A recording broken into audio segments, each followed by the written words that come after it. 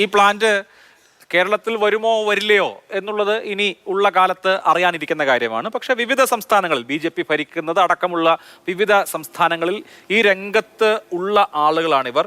കേരളത്തിലാണെങ്കിൽ extra neutral alcohol, അതായത് മദ്യം ഉണ്ടാക്കാൻ ഉപയോഗിക്കുന്ന ആൽക്കഹോൾ, സ്പിരിറ്റ് ഒരു തുള്ളി പോലും ഉണ്ടാക്കുന്നില്ല. അവ പുറത്തു നിന്ന് കൊണ്ടുവരികയാണ്, അന്യ സംസ്ഥാനങ്ങളിൽ നിന്ന് കൊണ്ടുവരികയാണ്. അങ്ങനെയാണ് നമ്മുടെ ഈ ട്രാവൻകൂർ ഷുഗേഴ്സ് അടക്കം പ്രവർത്തിക്കുന്നത്.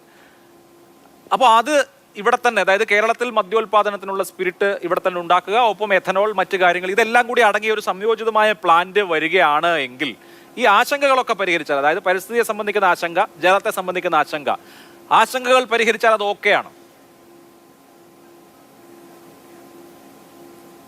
ശ്രീ അഭിലാഷ്, നമ്മളുടെ 1999 മുതൽ നമ്മുടെ സംസ്ഥാനം സ്വീകരിക്കുന്ന ഒരു നയമുണ്ട് ഇക്കാര്യത്തിൽ.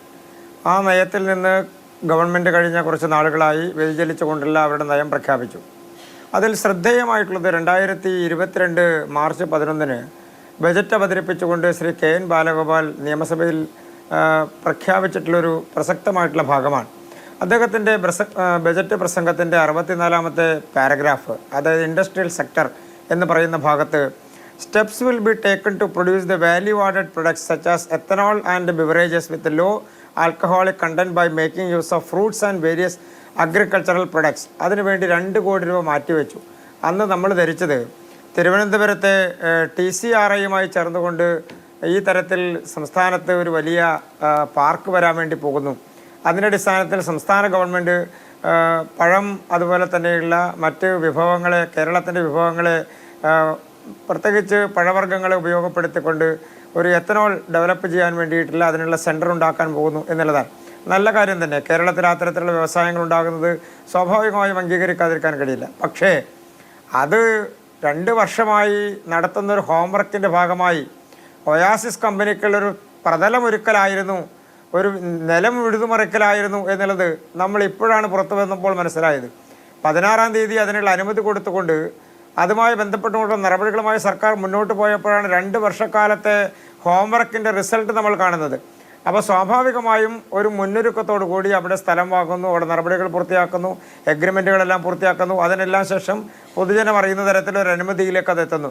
അപ്പോൾ ഇതിന് പിന്നിൽ നടന്നിട്ടുള്ള പ്രവർത്തനങ്ങളെ സംബന്ധിച്ച്, അതുമായി ബന്ധപ്പെട്ടുള്ള നടപടികളെ സംബന്ധിച്ച് ഒരു ദുരൂഹതയുണ്ട് എന്ന് പറയുന്നതിന് പിന്നിൽ മറ്റൊന്നുമല്ല. ആരോപണം അഴിമതിയാണോ? അങ്ങനെയാണെങ്കിൽ ഇപ്പോൾ BJP ഭരിക്കുന്ന സംസ്ഥാനങ്ങളായ മധ്യപ്രദേശിലും ഉത്തർപ്രദേശിലും ഈ കമ്പനിയുടെ വലിയ പ്ലാന്റുകൾ അല്ലെങ്കിൽ വലിയ യൂണിറ്റുകൾ പ്രവർത്തിക്കുന്നത് അവിടെയാണ്. എന്ന് മാത്രമല്ല, BJPയിൽ നിന്ന് വിട്ടുപോയ ഒരു നേതാവ് ആരോപിക്കുന്നത് യോഗി ആദിത്യനാഥുമായി അല്ലെങ്കിൽ ഉത്തർപ്രദേശ് സർക്കാരുമായി അടുത്ത ബന്ധമുള്ള ആളാണ് ഇതിന്റെ ഉടമസ്ഥർ. ഇതൊരു ഫാമിലി റൺ ചെയ്യുന്ന ബിസിനസ് കൂടിയാണല്ലോ. ഞാൻ ഒയാസിസിനെ കുറിച്ചാണ് പറയുന്നത്. ഒയാസിസ് ഇവിടേക്ക് വന്നത് ദുരൂഹമാണെങ്കിൽ അത് ഉത്തർപ്രദേശിലും മധ്യപ്രദേശിലും ഒക്കെ ദുരൂഹമായിട്ടായിരിക്കില്ലേ പോയിട്ടുണ്ടാവുക?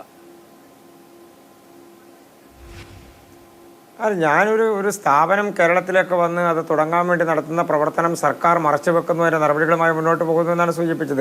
അവർ മറ്റേതെങ്കിലും സ്ഥലത്ത് നടപടികൾ നടത്തുന്നുണ്ടോ, അവർ ഡൽഹിയിൽ അഴിമതിയിൽ പെട്ടിട്ടുണ്ടോ, അവർ മറ്റേതെങ്കിലും സംസ്ഥാനങ്ങളിൽ ബിസിനസ് ചെയ്യുന്നുണ്ടോ എന്നുള്ളതല്ല. ആ കമ്പനിയിൽ അതിൻ്റെ നേതൃത്വത്തിലിരിക്കുന്ന ആളുകൾ ഏത് പാർട്ടിയുടെ MLA ആയിരുന്നു, അവരുടെ രാഷ്ട്രീയ ബന്ധം എന്താണ് എന്നുള്ളതിനെ സംബന്ധിച്ച് നമുക്ക് പബ്ലിക് ഡൊമൈനിൽ അവൈലബിൾ ആണല്ലോ. അവർ ശിരോമണി അകാലിദളിൻ്റെ MLA ആയിരുന്നു, അതുമായി ബന്ധപ്പെട്ടുകൊണ്ടുള്ള ഉത്തരവാദിത്തപ്പെട്ട ആളുകൾ. അപ്പോൾ സ്വാഭാവികമായും ആ തരത്തിലുള്ള രാഷ്ട്രീയ ബന്ധങ്ങൾ ആർക്കും അറിയാത്തത്. അപ്പോൾ അതിനെക്കുറിച്ചല്ല ഞാൻ സൂചിപ്പിച്ചത് കേരളത്തിലെ ഗവൺമെൻറ് നയവ്യതിയാനം വരുത്തിക്കൊണ്ട് ബജറ്റിൽ മുന്നേർ തന്നെ ഒരു പദ്ധതി പ്രഖ്യാപിക്കുന്ന തരത്തിൽ വലിയ ധാരണയുണ്ടാക്കി ജനങ്ങൾക്ക് വലിയ ആശ കൊടുത്ത് ആ തരത്തിൽ പഴവർഗ്ഗങ്ങൾ ഉൽപ്പാദിപ്പിക്കുന്ന, പൈനാപ്പിൾ കൃഷി ചെയ്യുന്ന, ടാപ്പിയോക്ക കൃഷി ചെയ്യുന്ന, അതായത് നമ്മുടെ നാട്ടിലെ സാധാരണ കർഷകർ, അത് ആ കർഷകർ നടത്തുന്ന പ്രവർത്തനത്തിന് വലിയ ഗുണകരമാകാൻ പോകുന്നു എന്ന് പറയുന്ന പ്രവർത്തനത്തിന്റെ പിൻബലത്തിൽ നിന്നത് ഈ ഒയാസിസ് കമ്പനി ആയിരുന്നു എന്നാണ് നാം മനസ്സിലാക്കുന്നത്. താങ്കളുടെ ചോദ്യം മനസ്സിലായി.